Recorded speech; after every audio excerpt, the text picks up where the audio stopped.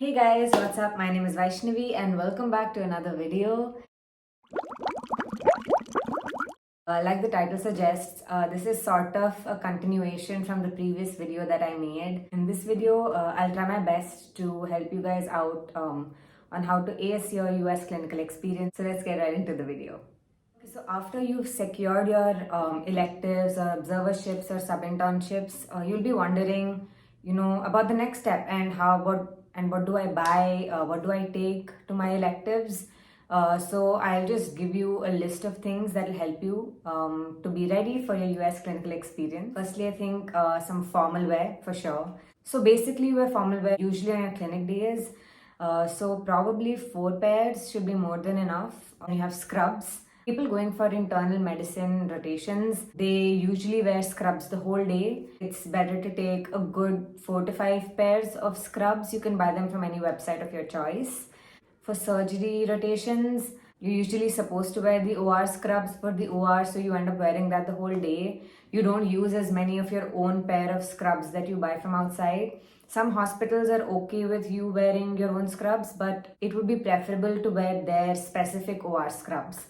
So maybe you can buy like 2 to 3 pairs of scrubs for people going for surgical rotations. And of course, the white coat. Full sleeved, short or long white coat, very dependable on the university you're going to. A pocket notebook. That's very important, especially if you want to take down your notes when you're going on rounds, or probably reminders on what you need to do in the day.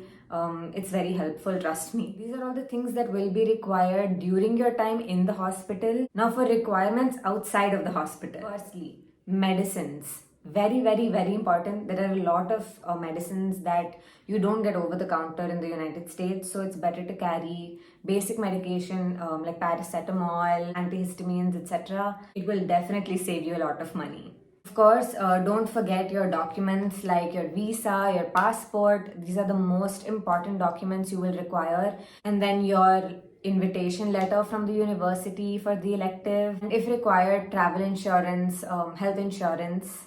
You can carry a Forex card or any credit card that is accepted for international transactions.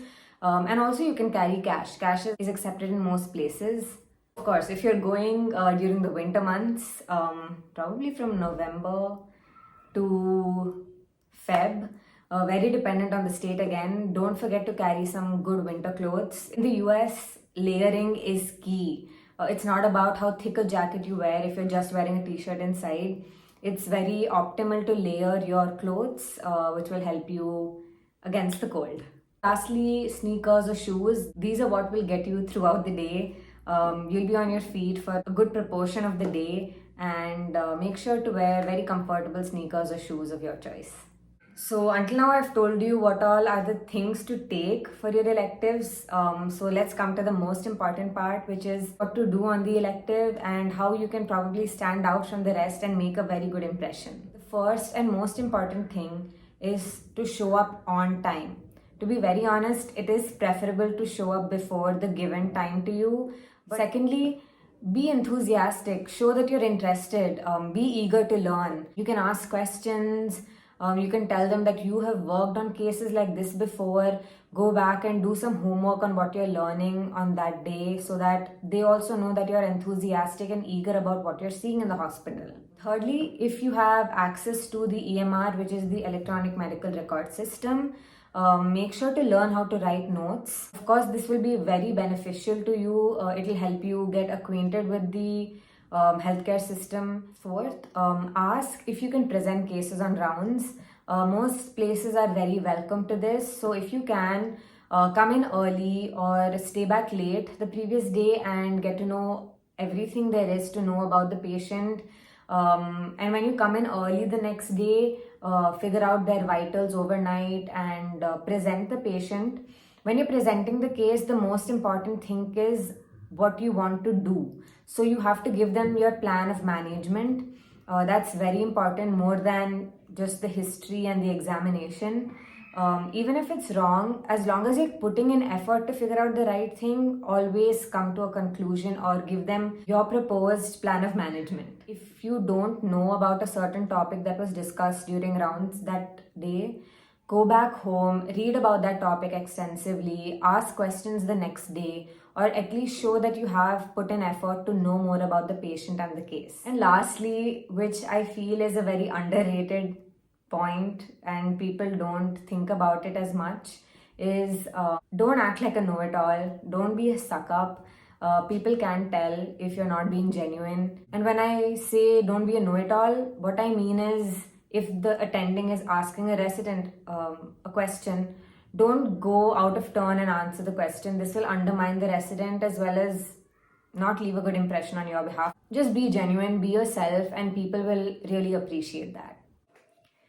To conclude this video, I think it's very important for me to reinstate that you need to have fun. All said and done, it's very stressful. You want to make an impression. But an elective is also an opportunity for you to explore the place, make new friends. You meet people from all walks of life, get to eat their local food, try out different cuisines, and this will allow you to have a wonderful experience even outside of the hospital. And in the process, you'll learn so much about yourself, which you probably wouldn't have known before.